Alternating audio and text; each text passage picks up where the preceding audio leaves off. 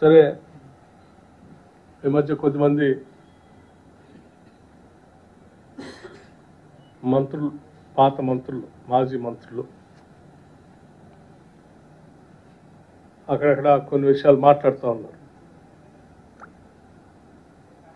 హైదరాబాద్లో ఫార్ములా ఈ race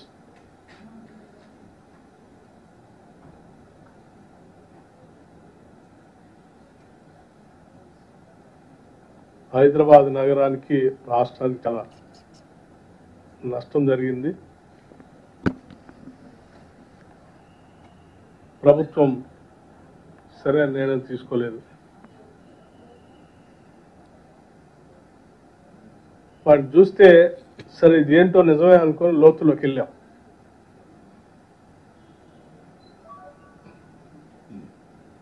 formula ఈ రేస్ ప్రజలందరికీ తెలియాలి.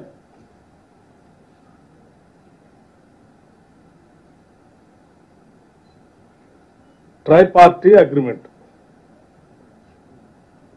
ఎవరెవరికి, దాన్ని తీసుకొని వచ్చి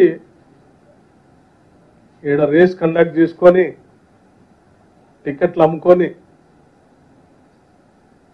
దాంతో లబ్ధి పొందాం అనుకునేటువంటి ఒక కంపెనీ పేరు ఎస్ నెక్స్ట్ జెన్. సరే అది ఎవరిదో, దానికి సంబంధించినటువంటి వాళ్ళు ఎవరో తర్వాత చెప్తాం. వారు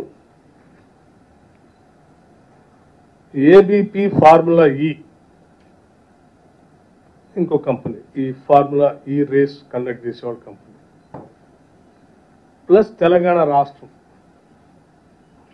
ఈ ముగ్గురు కలిసి ట్రై పార్టీ అగ్రిమెంట్ చేసేది. ఈ అగ్రిమెంట్ 25 అక్టోబర్ 2022. దీనికి సంబంధించి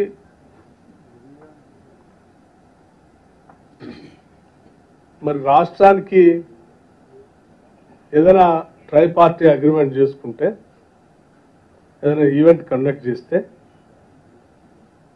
ఆ ముగ్గురు వాటాదారులు అన్నట్టు,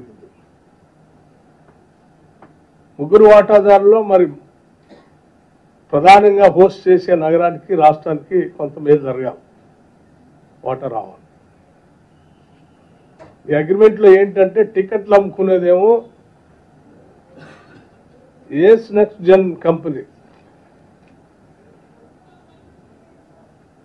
వాళ్ళు టికెట్లు అమ్ముకుంటారంటే ఇది కండక్ట్ చేసి, ఇంకో ఆయన ఫార్ములా ఈ రేస్ వాళ్ళు వచ్చి వాళ్ళు రేస్ నడుపుకుంటారు. మరి రాష్ట్రానికి వచ్చేది అంటే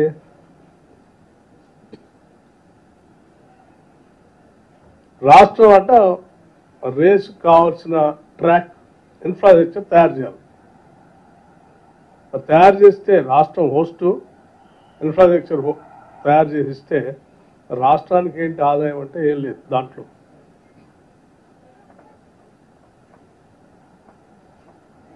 అంటే రాష్ట్రాన్ని మీ అవసరాల కోసం ఒక కంపెనీ, ఎస్పీవి లాంటి ఒక కంపెనీ పెట్టుకొని, ఆ కంపెనీ ఆ ఫార్ములా ఈతో అగ్రిమెంట్ తీసుకొని, ఇవో మాకు రాష్ట్రం అందుబాటులో ఉంది, వచ్చి సంతకం పెట్టిస్తాం, చేసుకోండి అన్నారు.